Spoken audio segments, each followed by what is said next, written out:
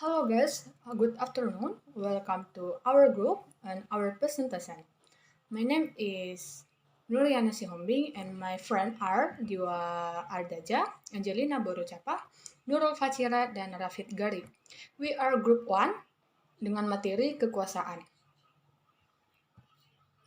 Di sini kami akan mencoba menjelaskan pengertian kekuasaan dengan slide yang pertama, kekuasaan adalah kewenangan yang didapatkan oleh seseorang atau sekelompok guna menjalankan kewenangan tersebut sesuai dengan kewenangan yang diberikan.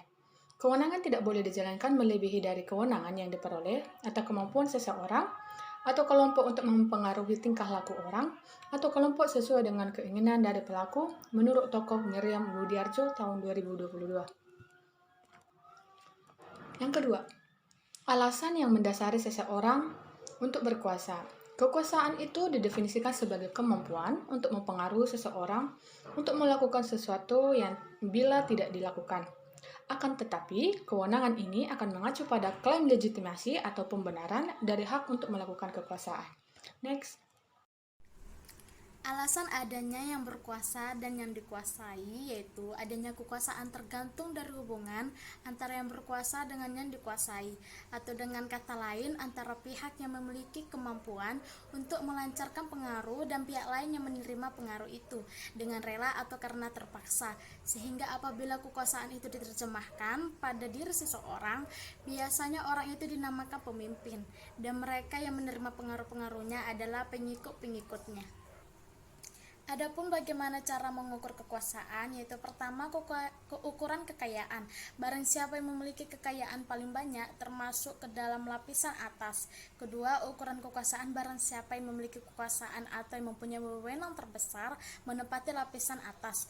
Ketiga, ukuran kehormatan. Ukuran kehormatan mungkin terlepas dari ukuran-ukuran kekayaan atau kekuasaan. Orang yang paling disegani dan dihormati mendapat tempat yang teratas.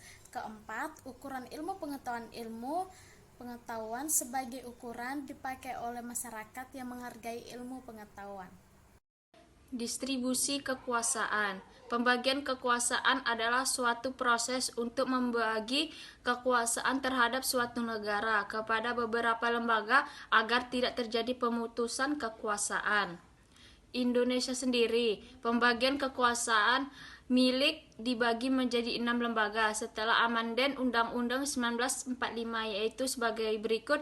Yang pertama, kekuasaan eksekutif, yang kedua kekuasaan legislatif, yang ketiga kekuasaan eksaminatif, dan keempat kekuasaan moneter.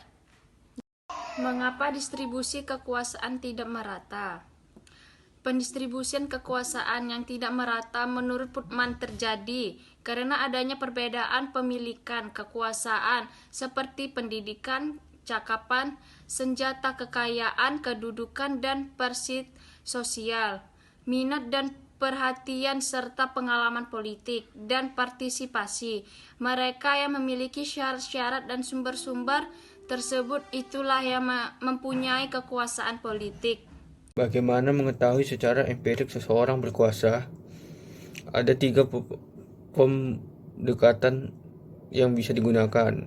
Yang pertama, pendekatan posisional. Misalnya, siapa yang menduduki posisi kekuasaan dan jabatan resmi di daerah tersebut. Jadi orang yang punya jabatan resmi di pemerintahan dianggap punya pengaruh dan kekuasaan. Yang kedua, pendekatan reputasional. Dengan wawancara snowball untuk mengetahui siapa di antara mereka yang paling berpengaruh.